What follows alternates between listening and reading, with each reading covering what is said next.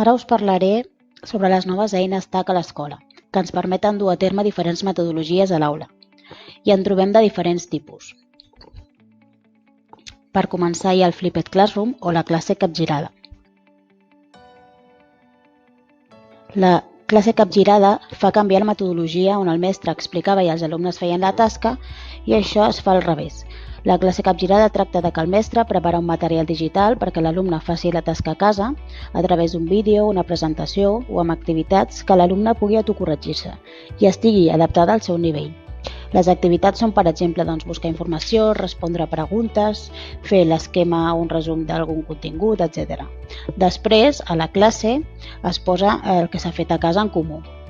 Es poden fer diferents tipus d'agrupaments i resoldre dubtes, fer un Kahoot, fer activitats d'ampliació, depenent del mestre com vegi com ha anat la tasca que hem fet a casa. Després hi ha un altre tipus, que és la gamificació, que es tracta d'aplicar la metodologia i elements d'un joc per adquirir diferents aprenentatges. Podem fer-ho a través de pàgines webs o a través d'aplicacions que ens ajuden a gamificar alguns temes o algunes activitats, com podem trobar a l'Edu365, al JClick, podem fer activitats amb Plickers, amb Kahoot, amb Google Classroom, etc. Després podem trobar altres webs que ens permeten treballar continguts a través de jocs amb personatges, recompenses, entre altres elements del joc, com són el Classcraft, que és un tipus d'aventura gràfica. I sempre comencen amb un vídeo motivador, que als alumnes els agrada bastant. I si no, també podem treballar crear nosaltres mateixos una web quiz o un escape room, per exemple amb Genially o amb uns sites. I d'aquesta manera els alumnes estan molt motivats vers l'aprenentatge. Després hi ha la programació i la robòtica, que ens ajuda a desenvolupar el pensament computacional i el treball en equip. I trobem, en el meu cas, l'Scratch és el que faig servir a l'escola. L'alumne s'introdueix en la programació utilitzant objectes gràfics en forma de blocs que han d'anar encaixant uns amb els altres i creant una seqüència. I poden crear històries, jocs de preguntes i respostes, imatges en moviment, etc. L'Scratch també permet programar robots, com per exemple els Lego Widow o els Makey Makey, i és un programa molt complet. També podem trobar l'Scratch Junior, que per treballar amb els alumnes de P5 i cicle inicial i ens permet crear històries i poden gravar la seva pròpia veu. També hi ha altres webs i altres aplicacions com Code.org i Livebot que ajuden els alumnes a aprendre a programar. Pel que fa a la robòtica, pels infantil i cicle inicial tenim les Vbot, que canviant els panells es poden treballar infinitats de continguts. Després també trobem els Probots, que permeten treballar les matemàtiques a través de la seva programació, com les distàncies, els angles de gir, etc. També hi ha el Dash, que es programa a través de 5 aplicacions que té i que s'ha de fer amb una tableta i que permet treballar molts continguts també de matemàtiques i d'altres àrees i de tots els nivells, des de primer fins a 6è.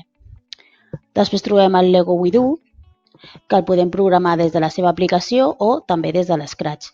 I té moltes possibilitats, ja que les peces de Lego donen molt de joc per crear.